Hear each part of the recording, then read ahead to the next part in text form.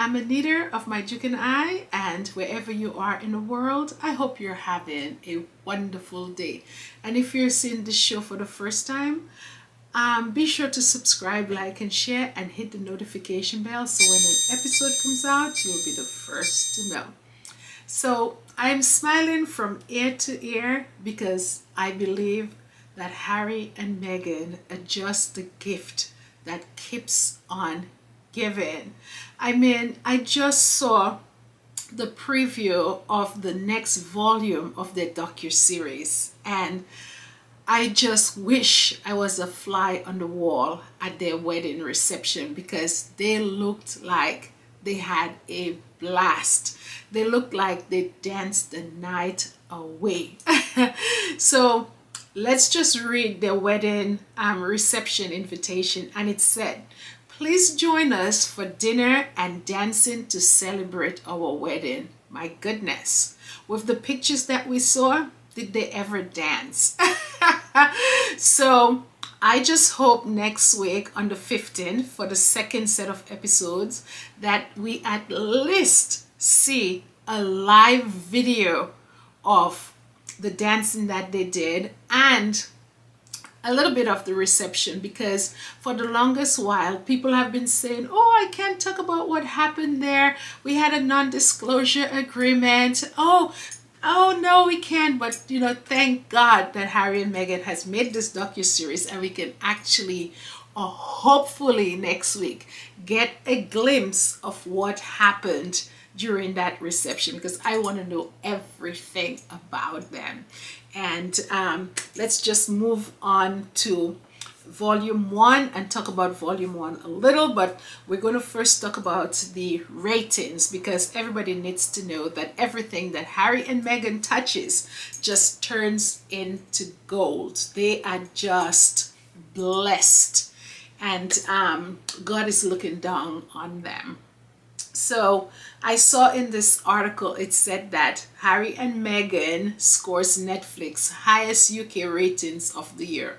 So which means that from January to now, and that's a very long time, that the highest rated show of Netflix thus far has been Harry and Meghan's docuseries, which is just good news through and through for the couple, because you know, a lot of people have been, you know, waiting for their downfall, and it's just nice to see that they're laughing all the way to the bank. Every time that people wish them bad, they pick up the bag and they keep going straight to the bank, and it's just beautiful to see. It's like in your face. So that's just excellent. And based on the ratings, they said that it has been a #1 in the US out of the 10 top shows that Netflix has in the US as well as in the United Kingdom. So good news through and through. So you know, the interesting thing is that it is #1 in the United Kingdom. A lot of people in the United Kingdom and the press said, oh, they're not gonna watch the show, it's nonsense, it's this and it's that. But guess what? I'm sure before I could pull up to watch the show, they were already there. And I just want to thank them for the ratings that they're giving Harry and Meghan. Harry and Meghan cannot say thank you to them, but I'm telling them from Harry and Meghan, thank you so much, okay, for making us #1. And you know, what is interesting here is that the UK press is always using the narrative that Harry and Meghan wanted privacy, and literally they wanted them to go under a rock and disappear. And they used this whole idea that, oh, this couple were talking about that their privacy was invaded, and they wanted to leave the royal family so they could, you know, have their privacy. Harry and Meghan never said anything like that. All they said initially is that they wanted to work to become financially independent while supporting the Queen, Her Majesty. And at the same time, they would be collaborating with members of the royal family. So there was never a point when they put out that statement on this Instagram account, Sussex Royal, did they ever say that they were going to go under a rock and never surface again. Okay, so what I love also too is how Jenny Afia, she had represented Meghan twice against the Daily Mail and won. This is how she has been able to dispute the narrative and explain to the public what they're actually doing, the manipulation that they're using. Let's listen to her as she explains it. What do they really want when it comes to privacy? It's not them who have said they want privacy. It's something that the tabloids have said about them that's latched on. They have taken steps when there have been blatant violations, unlawful violations of privacy. Of course, then they've challenged it because that's in line with their values. But that doesn't mean just because you assert your human rights that you then become some kind of Trappist monk and take a vow of silence and you're not allowed to discuss anything. That's not how privacy works. Privacy is about the right to own and control what personal information you choose to share with somebody. So you don't get to invade their privacy and let it slide. They have a right to sue you, and that doesn't mean that they want to get out of the public eye. They definitely want to continue their philanthropic work, and that definitely cannot be done under a rock. Okay, UK press, thank you. Anyways, I want to move on because I do not want to waste my time and give these people any more airtime, because obviously they are coming out on the losing side. These people, they don't know how to win. Somebody needs to show them how to win. Maybe Harry and Meghan has to teach them a thing or two, because they just keep repeating the same thing and they have the same result, and there's somewhere they said that is insanity. So they must be crazy. At least I think so. But anyways, I want to move on. And I am telling you, I am a fan and a huge fan of Harry and Meghan. And I was so surprised to see that there were so many things about this couple's life that I did not know. And if they did not make that docuseries, and we can clearly see that that docuseries is warranted, because there are so many narratives out there about Harry and Meghan that is so erroneous, that is so wrong. And it is nice to see, as Meghan said, how people have been able to write books about them. They know nothing about their life. So it's nice to see that they're able to tell their story and tell it how they want to tell it. So I am definitely enjoying all of it, because who would have thought that Harry and Meghan met on Instagram?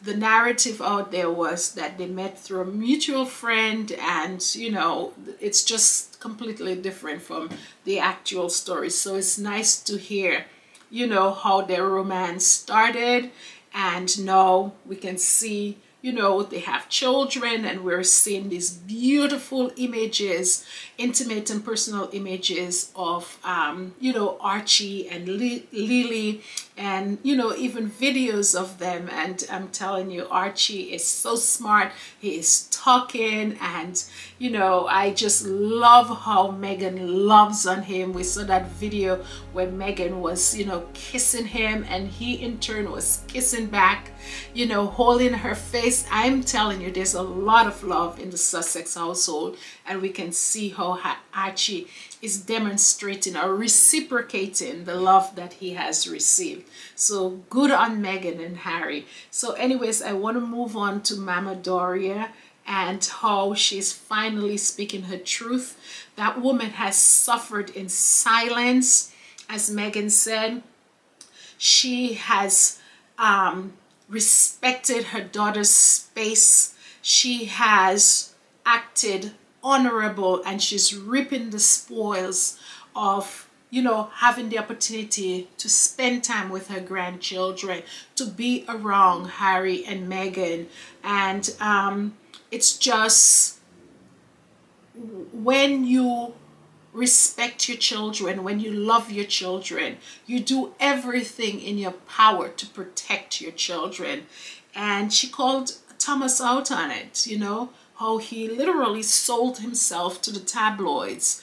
And that was, you know, a poor decision on his behalf.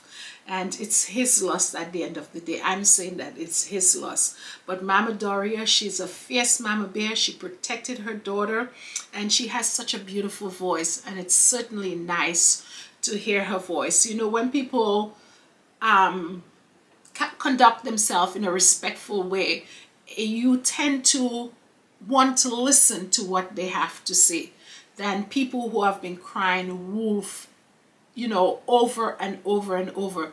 All of a sudden, whatever they're saying tends to fall on deaf ears. And I think that has happened to the Markles. Whatever they're saying is falling on deaf ears, because we have heard so much from them, and it's a whole lot of hogwash. And it's just beautiful that the world got to hear Doria's voice for the first time. Isn't that something? After 6 years, this is the first time we are hearing Doria's voice. She's an incredible and amazing woman. No matter how much the paparazzi pressed her, no matter how much money they offered her, she has maintained her dignity and treated her child in a respectful way, in a sacred way. That is how moms are supposed to behave. Their children are supposed to be their priority. Not money, not fame, neither fortune. She is definitely deserving an award for Mother of the past 6 years, definitely. And so Meghan also had the opportunity to clarify the narrative that the UK press has out there, saying that not one member of her immediate family was at the wedding. And not that she wanted it to be like that, but since she wasn't inviting Samantha Markle, she was advised not to invite her niece, whom she had a very close relationship with. And for a lot of people, they're seeing this for the first time, but we all know about those children that Samantha Markle abandoned. You know, those children that she literally tossed out like old rags. And there's that saying that hurt people tend to hurt other people. And Samantha Markle has been trying to hurt Meghan with the press for the longest while. And I know why she's doing that, because she's hurt and she wants to inflict hurt on other people. But the tabloid is going to turn around and bite her in the behind, and they've done that already. And what she really needs is to be sitting on a psychiatrist's chair to sort out whatever hurt or pain that she has, instead of trying to project it on other people. She's a terrible mother, and her daughter is suffering and has suffered because of her actions. She didn't get to go to Meghan's wedding, and she really wanted to go. You could hear in her voice that this is something that she desired, and that was taken away from her because of her mother, her deadbeat mother, who has neglected all her children all her life. But yet she comes out there and parade herself as saying that she raised Meghan. If she couldn't raise her own children, how dare she could raise Meghan? And who in their right mind would put their child in the care of Samantha Markle? She looks like, I don't know, dangerous to me. If you couldn't take care of your own, how dare you would take care of somebody else's own? Liar. What a liar. What a destructive character that woman is. But anyways, I don't want to waste my time on that woman. I want to move on to the Sussexes, who is doing great things and who puts happiness and joy in people's hearts and lives. Okay, So anyways, another thing again that to me was really, really exceptional in that documentary, and that meant so much to me, I would say, is the fact that Harry had the opportunity to speak out on certain things that he has done, that he has atoned for.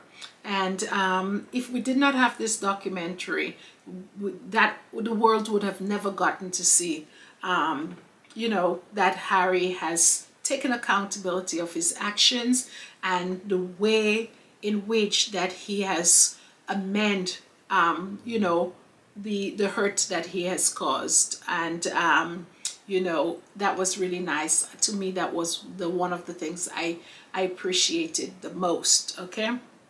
And of course, the British press is constantly looking for something to say about Harry and Meghan, to put them down, or to say, you see, we told you so.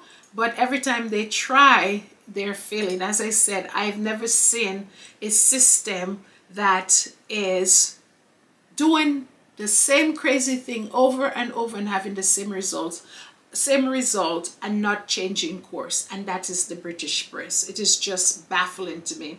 But anyways, Meghan showed how she curtsied to the Queen when she met her for the first time. And Sarah Vine used that as an opportunity to say that Meghan disrespected the UK and the Queen. She did not. What she was doing, according to Christopher Bowsy, and what a lot of people on the internet saw, was that she was literally laughing at herself for the way that she curtsied. She was mocking the way that she curtsied, and it had nothing to do with the Queen. So this is what they do because they cannot find anything. I noticed that Harry and Meghan has taken the highway in this docu-series. They have literally, they didn't say anything bad about the royal family. And I know that there's a lot to say about the royal family, but they have chosen to take the highway. And I sort of have a feeling of why, because they have 2 children that was born into this family. And these children are going to be looking at this docu-series in the future. And, you know, there's no reason to put something in it to upset them. And Harry and Meghan are forgiving people. And as they're very much into mental health. And I think because of that, they've chosen to look at the positive instead of the negative. And this is why they are admired by so many people. And another thing too is that Meghan pointed out, you know, the press had always demonized her or reflected on, you know, where she came from in America, which was absolutely wrong. They said she was on the wrong side of the track. She was from Compton, the ghettos of the United States. And when they were going after her mother, you know, trying to get her mother to say something to the press, they were really hoping that her side of the family, the black side of the family, would trip up, would act a fool, and prove their point that Meghan came from the wrong side of the track and she didn't belong in the royal family. But interestingly, it was her white side of the family. She didn't say white, but she said it was the other side of the family that acted a fool. And, you know, so every time the press runs off with some story and hoping that it would become true, because in the end, what they were hoping is that they were hoping to say, oh, you see, we told you all that. We told you, but it didn't come through. Because Meghan, as Meghan said, her mother has class. That's the classy side of the family. Did she really say her mother had class? I can't remember exactly. It's 3 episodes. It's been a minute now since I watched it. But, you know, that side of the family have class. But anyways, so many things that I learned in that documentary that I didn't know before, and so many records that were set straight. I believe that docuseries was warranted. And one of the things that Harry said is that he sees a lot of Meghan in his mother, or is the other way around. He sees a lot of his mother in Meghan. Yeah, I think that's how he said it. And it's true. Meghan has a lot of qualities. She was an activist from a young age. She has done her philanthropic work all through her life. She's cared about humanity and people. She's a very kind person. And I think Diana is looking down on Harry and she's smiling and saying, well done, my son, because Harry has found a beautiful family. He now has his children that he always wanted to have, and he's found somebody that is loving and kind and is going to raise wonderful children, that is in touch with humanity, that is more like Diana. So I believe that she is pleased and she's saying, well done, my good son.